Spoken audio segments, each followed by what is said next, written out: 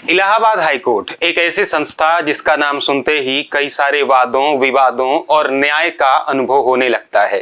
प्रदेश में ही नहीं अपितु देश में इस एक ऐसी संस्था है जिसका नाम सम्मान और विशिष्टता के साथ लिया जाता है। एक ऐसी संस्था में कार्य करना अपने आप में गर्व का विषय हो सकता है। मैं अतुल तिवारी आप सभी का इस चैनल पर बहुत बहुत स्वागत करता हूं।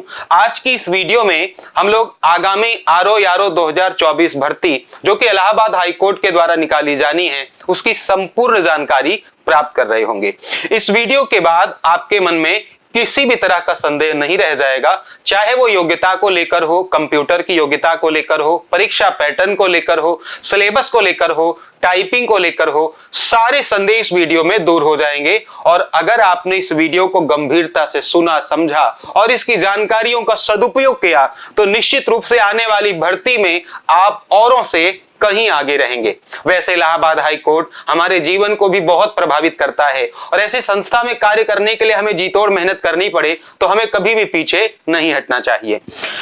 चलिए शुरू करते हैं। इन सारे पहलुओं की, इन बिंदुओं की मैं बात कर रहा हूंगा इस वीडियो में। इनसे संबंधित जितने भी डाउट्स हैं वो आपके सदा सदा के लिए दूर हो जाएंगे। शुरुआत करते हैं आज के सेशन की। सबसे पहले ये समझते हैं कि इस वक्त इलाहाबाद हाईकोर्ट में आरओ के कितने पद खाली हैं और जब ये भर्ती आएगी तो कितने पदों पर हमको भर्ती देखने को मिल सकती है। अभी तक की जानकारी के अनुसार इस वक्त इलाहाबाद हाईकोर्ट में आरओ के कुल मिला के 320 पद लगभग खाली हैं। अब ये देखना दिलचस्प होगा क्योंकि इलाहाबाद हाईकोर्ट एक स्वतंत्र संस्था है और अपने निर्णय यह स्वयं लेती है, तो ये देखना दिलचस्प होगा कि कितने पदों पर इसकी भर्ती निकाली जाती है साथियों, है ना। क्योंकि एक बड़ा मामला इनके प्रमोशन को लेकर चल रहा है, यानी जो पुराने आरओ हैं उनके प्रमोशन को लेकर एक बड़ा मामला चल रहा है। और अगर ये मामला सटीकता के साथ निपट जाता है, यानी ये क्लियर हो जाता है, स्पष्ट हो जाता है, तो हो सकता है कि इससे भी बड़ी भर्ती आपको देखने को मिल जाए। ठीक है, तो इतने पद वर्तमान में इसके खाली हैं। दूसरा सबसे बड़ा संदेह कि कौन वे साथी होंगे जो इलाहाबाद हाईकोर्ट की भर्ती में बैठ रहे होंगे। ये वो मामला है जिसको लेकर बहुत सारे डाउट्स रहते हैं और डाउट बने ही रहते हैं। लेकिन मैं आपसे कहूंगा इतनी बड़ी संस्था में हम कार्य करने जा रहे होंगे तो थोड़ा 2 मिनट ही सही अगर आपने गंभीरता से सुन लिया तो आपके डाउट्स हमेशा के लिए दूर हो जाएंगे। सबसे पहले सुनिए, आरओ और एआरओ दोनों की योग्यताएं लगभग समान है आपका इलाहाबाद हाईकोर्ट में, इसलिए मैंने दोनों को साथ में ही लिखा है। अब आप सुनिए, 3 तरह की योग्यताएं आपसे पूछी जाएंगी। सबसे पहली योग्यता होगी कि आपका स्नातक होना जरूरी है, यानी आपका ग्रेजुएट होना जरूरी है। और आप ग्रेजुएट किसी भी विषय से हो सकते हैं, कोई स्पेसिफिकेशन, कोई विशेषज्ञता का आपसे यह डिमांड नहीं करता है, यानी केवल और केवल आप ग्रेजुएट हो, किसी भी टॉपिक से, किसी भी सब्जेक्ट से आप हो सकते हैं। दूसरा, एक पहली योग्यता स्नातक है, दूसरी योग्यता है साथियों आपके पास कंप्यूटर के सर्टिफिकेट होने चाहिए। और इसको ध्यान से सुन लीजिएगा, यदि आपके पास कंप्यूटर साइंस में एक रिकॉग्नाइज्ड यूनिवर्सिटी से या संस्थान से डिग्री या डिप्लोमा है तो आप वैलिड हैं। सुनते जाइएगा, पहला सिचुएशन, यदि आपके पास कंप्यूटर साइंस में डिग्री या डिप्लोमा है तो आप इस भर्ती में बैठ सकते हैं, आरओ में भी, एआरओ में भी। या का मतलब कोई एक, अगर आपके पास ओ लेवल सर्टिफिकेट है तो भी आप इस भर्ती के काबिल हैं, या यदि आपके पास CCC का सर्टिफिकेट है तो भी आप इस भर्ती के काबिल हैं। ध्यान से सुनिएगा। और तीसरी योग्यता है साथियों आपके इंग्लिश टाइपिंग की। 3 तरह की योग्यताएं हैं, आज के बाद कभी कोई डाउट मत रखिएगा। पहला, आपके पास होना चाहिए स्नातक, यानी आप ग्रेजुएट हो। दूसरा, आपके पास कंप्यूटर का एक डिग्री या सर्टिफिकेट हो। और तीसरा, आपके पास टाइपिंग हो। कंप्यूटर की डिग्री की अगर मैं बात करूं साथियों, आपके पास पहली सिचुएशन में कोई डिग्री या डिप्लोमा हो किसी भी इंस्टीट्यूट या फिर गवर्नमेंट के जो रिकॉग्नाइज्ड हैं उससे, या आपके पास ओ लेवल हो तो भी आपका काम चल जाएगा। और अगर ये दोनों आपके पास नहीं है और आपने CCC भी किया है तो भी आप इस भर्ती के काबिल हैं। कंप्यूटर की योग्यता को लेकर बहुत सारे सवाल आते रहते हैं, मैंने इसके बार बार इस पर जोर दबा देकर इसको मैं क्लियर कर रहा हूं कि आपके पास इन तीनों में से कोई भी एक, सुन लीजिएगा, कोई भी एक भी अगर आपके पास योग्यता है तो आप इस भर्ती में बैठने के काबिल होंगे। डिग्री या डिप्लोमा हो या या ओ लेवल हो या ट्रिपल सी हो, एक भी योग्यता रखने पर आप इसके काबिल रहेंगे। तो मेरे हिसाब से आज के बाद आपको इनकी योग्यता को लेकर कोई भी परेशानी नहीं होगी। डिग्री डिप्लोमा कंप्यूटर की कोई डिग्री 3 में से कोई एक होनी चाहिए और इंग्लिश की टाइपिंग होनी चाहिए। तो ये मैंने आपको बता दिया। रवि सर का ये प्रयास है, संस्था का ये प्रयास है कि इन वीडियोस के माध्यम से आपको सटीक और सारगर्भित जानकारी दी जाए ताकि परीक्षाओं से संबंधित कोई भी संदेह आपके मन में ना रहे और आप निश्चित रूप से अपने चयन को है ना मजबूत कर रहे हो। नेक्स्ट आपकी सैलरी पर बात आती है कि पैसे जेब में कैसे आएंगे। वैसे एक पावरफुल जॉब है, रेस्पेक्टफुल जॉब है, क्योंकि इलाहाबाद हाईकोर्ट का नाम ही काफी है सम्मान के लिए, सम्मान और प्रतिष्ठा के लिए, है ना।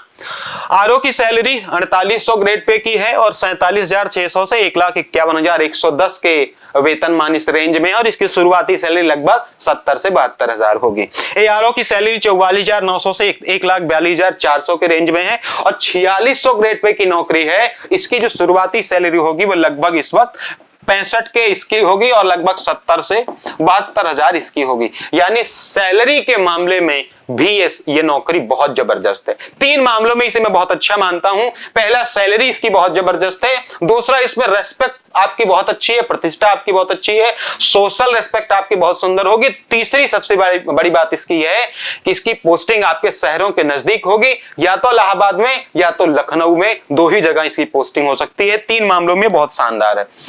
उम्र सीमा क्या होनी चाहिए? उम्र सीमा आपकी होनी चाहिए 21 साल से लेकर 35 साल, 40 साल इसमें नहीं, 35 साल, 21 to 35, और आपका जो रिजर्वेशन होगा कैटेगरी वाइज वो आपका इसमें मान्य होगा। नेक्स्ट आपका होगा कि भाई पेपर कैसे होगा। ध्यान से सुनिएगा, बहुत जरूरी बातें हैं ये, बहुत ज्यादा जरूरी बातें हैं, क्योंकि इसके बिना हम लोग आगे नहीं बढ़ सकते। देखिए इसमें कुल मिला के होता क्या है कि दो पेपर इसमें होते हैं, 2 पेपर इसमें होते हैं कुल मिला के, और दोनों के बारे में अगर हम डिटेल से जानकारी ले लेंगे तो मेरे हिसाब से फिर आपको आने वाले समय में कोई भी परेशानी नहीं होगी। देखिए, तो मैंने दोनों के बारे में अलग से आपको बताया। देखो, सबसे पहले आपका होगा CBT 1, सुनते जाइएगा, बहुत ध्यान से सुनते जाइएगा। सबसे पहले आपका CBT 1 होगा, जिसमें आप जो कंप्यूटर बेस्ड होगा, कुल प्रश्न इसमें पूछे जाएंगे 200, समय होगा 3 घंटे का, अंक मिलेंगे आपके 200 अंकों का पेपर होगा, है ना, नेगेटिव मार्किंग नहीं होगी और मिनिमम क्वालिफाइंग जैसा कोई क्राइटेरिया नहीं है। सुनते जाइएगा, जो आपका पैटर्न है, जो आपका पेपर पैटर्न है, उसमें पहला पेपर होगा CBT 1 जो कि MCQ बेस्ड होगा और इन सारी जानकारियों के साथ होगा। दूसरा जो इसका पेपर है वो है CBT 2, और ध्यान से पहले लिख लीजिएगा, सेम डे टाइपिंग होती है साथियों, सेम डे, यानी सुबह शाम में होगा। सुबह आपका पेपर होगा और शाम को आपकी टाइपिंग होगी। उसी दिन, जिस दिन सुबह पेपर होगा उसी दिन शाम को टाइपिंग होगी, यानी सुबह रिटन एग्जाम और शाम को टाइपिंग एग्जाम। टाइपिंग में देखो, इंग्लिश टाइपिंग होगी साथियों, इंग्लिश टाइपिंग आपकी होनी है अंग्रेजी, 20 मिनट की टाइपिंग होगी, 500 शब्द दिए जाएंगे, 50 अंक भी दिए जाएंगे। एरर पर नंबर कट रहे होंगे, नंबर में आपका माइनस हो जाएगा, है ना। जितनी गलती करेंगे उस हिसाब से नंबर कटते जाएंगे, यानी 50 अंक आपको यहां से मिल जाएंगे साथियों और 200 अंक आपको यहां से मिल जाएंगे। यानी जो आपकी फाइनल मेरिट बनेगी, जो आपकी मेरिट लिस्ट बनेगी साथियों, वो आप तय मान के चलिए 200 नंबर आपके रिटन एग्जाम के और 50 नंबर आपके टाइपिंग एग्जाम के, कुल मिला के 250 अंकों पर आपकी मेरिट बन रही होगी। पूरे पेपर में कहीं भी नेगेटिव मार्किंग नहीं है, हर एक प्रश्न के लिए 1 अंक है और नेगेटिव मार्किंग नहीं, मतलब इससे थोड़ी सी कट ऑफ ऊपर चली जाती है। अच्छा, हमको यह समझना होगा कि कौन सा हमारा डिटेल सिलेबस है, कौन कौन से वो टॉपिक्स हैं जो हमारी परीक्षा में पूछे जाते हैं। वैसे यहां पे मैंने ऑफिशियल डॉक्यूमेंट लिया है ताकि आपको इतना भी 1% का भी संदेह ना हो। ये वो टॉपिक्स हैं जो आपको दिए जाएंगे, जैसे विज्ञान है, इतिहास है, राष्ट्रीय आंदोलन, संविधान, अर्थव्यवस्था और संस्कृति, आपका भारतीय कृषि, वाणिज्य और व्यापार, population, ecology and urbanisation, world geography and Indian geography, current affair है, ये रीजनिंग है, आपका यूपी जीके है, आपका इंग्लिश है और आपका कंप्यूटर है। इतने सारे विषय आपके रिटन एग्जाम में होंगे। और उसके बाद आपका टाइपिंग का भी टेस्ट यहां पे दे रखा है कि 500 शब्दों का टाइपिंग टेस्ट भी यहां पे होगा। अब मैंने आपके लिए एक छोटा सा एनालिसिस तैयार किया कि कौन से विषय से कितने प्रश्न पिछली भर्ती में पूछे गए हैं, और ये आपको दिख रहा होगा। विज्ञान से कितने प्रश्न पूछे गए हैं, इतिहास से, राष्ट्रीय आंदोलन से, आपके एग्रीकल्चर से, वर्ल्ड ज्योग्राफी से, करंट अफेयर से, रीजनिंग और मैथ के मिला के 25 प्रश्न पूछे जाते हैं। यूपी जीके के 14 से 16 प्रश्न आते हैं, है ना।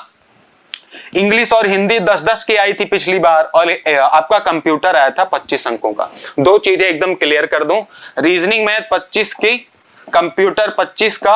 और दूसरा सबसे बड़ा संदेह होगा अंग्रेजी को लेकर कि अंग्रेजी कितने की आती है साथियों। तो अंग्रेजी पिछली बार तो 10 की आई थी, कभी कभी ये 40 भी आ जाती है, 50 भी आ जाती है। यानी ये कहना मुश्किल है कि इस साल कितनी आएगी, या इनका कोई क्राइटेरिया नहीं है कि इतने ही प्रश्न ये पूछेंगे। यानी हमको ओवरऑल अंग्रेजी को तैयार करना ही होगा। तो मेरे साथियों, अब सबसे बड़ी और अंतिम बात कि विज्ञापन कब आएगा। मैंने आपको सब कुछ एक क्रम से बता दिया है, पदों की संख्या, योग्यता, कंप्यूटर की योग्यता, पेपर कैसे होगा, 2 पेपर होंगे, आपका CBT1, आपका CBT2, एक रिटन एग्जाम होगा, एक टाइपिंग टेस्ट होगा, दोनों एक ही दिन होंगे। पहला 200 अंकों का, दूसरा 50 अंकों का, नेगेटिव मार्किंग नहीं होगी, मेरिट दोनों की मिला के बनेगी। टाइपिंग में गलती करेंगे तो नंबर कटेंगे जो आपके मेरिट को प्रभावित कर रहे होंगे, और आप टाइपिंग से बाहर भी हो सकते हैं। अब मामला है कि विज्ञापन कब तक आएगा। तो साथियों, अभी एक मामला यह है कि जो अभी लगभग 320 के अप्रॉक्स पद खाली हैं, जो कि प्रमोशन के बाद होंगे। अब ये जो मामला है प्रमोशन का, ये काफी समय से अटका हुआ है। यानी जो हमारे माननीय जज हैं, माननीय मुख्य न्यायाधीश हैं, हो सकता है कि इस मामले को अभी उतना प्राथमिकता में ना रखे हों, इसलिए संभव है कि इसमें अभी थोड़ी देरी देखने को मिल सकती है। यानी अभी 2 महीने भी लग सकते हैं, 2.5 महीने भी लग सकते हैं। उसके पहले शायद ही हाईकोर्ट का विज्ञापन आपको देखने को मिले। यानी हमें अभी भी लगभग कम से कम 2 महीनों का इंतजार करना पड़ेगा, और अधिक से अधिक कितना करना पड़ सकता है, यह तो माननीय न्यायालय और निर्णय करने वाले लोगों पर सदैव से निर्भर रहता है। इस भर्ती का इंतजार पिछले 1 सालों से है, और बहुत दुख होता है ये कहकर, ये बोलकर कि ये मामला 1 साल से अटका हुआ है। बीच में मुख्य न्यायाधीश का परिवर्तन भी हुआ, नए मुख्य न्यायाधीश आए, उन्होंने भी इस दिशा में कोई सकारात्मक कार्य अभी तक नहीं किया है ना। तो उम्मीद है कि चुनाव के बाद इसका निस्तारण हो और एक शानदार भर्ती आए। ये तय है कि रिस्ट्रक्चरिंग चल रही है, नए पदों के सृजन चल रहे हैं, तो निश्चित रूप से हाईकोर्ट का जो काम बढ़ रहा है उसके लिए इन्हें स्टाफ की जरूरत तो पड़नी ही है। अब ये देखना दिलचस्प होगा कि माननीय न्यायाधीश, जो कि जिन पर कोई सवाल नहीं हो सकता, जिन पर कोई टिप्पणी नहीं हो सकती, है ना, क्योंकि एक स्वतंत्र संस्था है और एक सम्मानित संस्था है, संवैधानिक संस्था है, जिनके बारे में हम में आप में से कोई भी कुछ बोल नहीं सकता। तो अभी तो मेरे हिसाब से 2 से 2.5 महीने का मिनिमम समय लगेगा, और बाकी जैसी भी अपडेट होगी संस्था के माध्यम से आपको बता दिया जाएगा। ठीक है भाई। तो ये सारी बातें रही, आप सब्जेक्ट वाइज चीजों को तैयार कर सकते हैं। अंग्रेजी टाइपिंग जरूर करें, है ना, टाइपिंग बहुत ज्यादा जरूरी है ना। प्रैक्टिस नहीं करेंगे तो चीजें आपके हाथ से निकल जाएंगी। तो मेरे साथियों, इलाहाबाद हाईकोर्ट से संबंधित जितनी भी जानकारी थी, जिनकी हमें बात करनी थी, चाहे वो पदों की संख्या हो, योग्यता हो, CCC या O लेवल हो, उम्र सीमा, परीक्षा एजेंसी आपकी NTA ही रहने वाली है जो कि पिछली बार थी। सिलेबस और पैटर्न मैंने बता ही दिया, 1 दिन पेपर होगा, टाइपिंग भी और रिटन भी। विज्ञापन कब तक आएगा ये भी बता दिया, और विषयवार कवरेज, कौन से टॉपिक से कितने सवाल पूछे गए ये भी मैंने आपको बता दिया है।